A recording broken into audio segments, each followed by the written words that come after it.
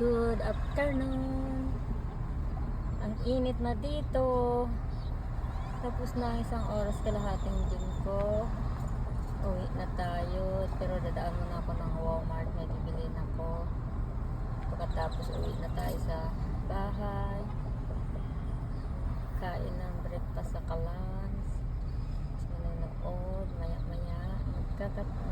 Magligo. Ayan, diba? Ang bilis ng panahon. Ano na ngayon? Martes na ulit dito. Pero ang init na, ang summer na. Ano na yung singaw.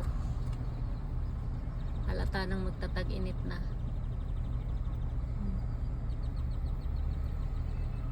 Diba? Magtatag-init na.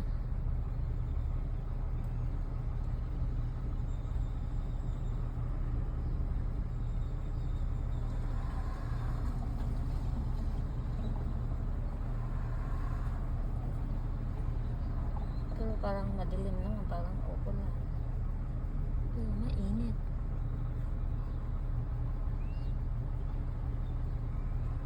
Bye guys, have a nice day guys. Uwi na ako.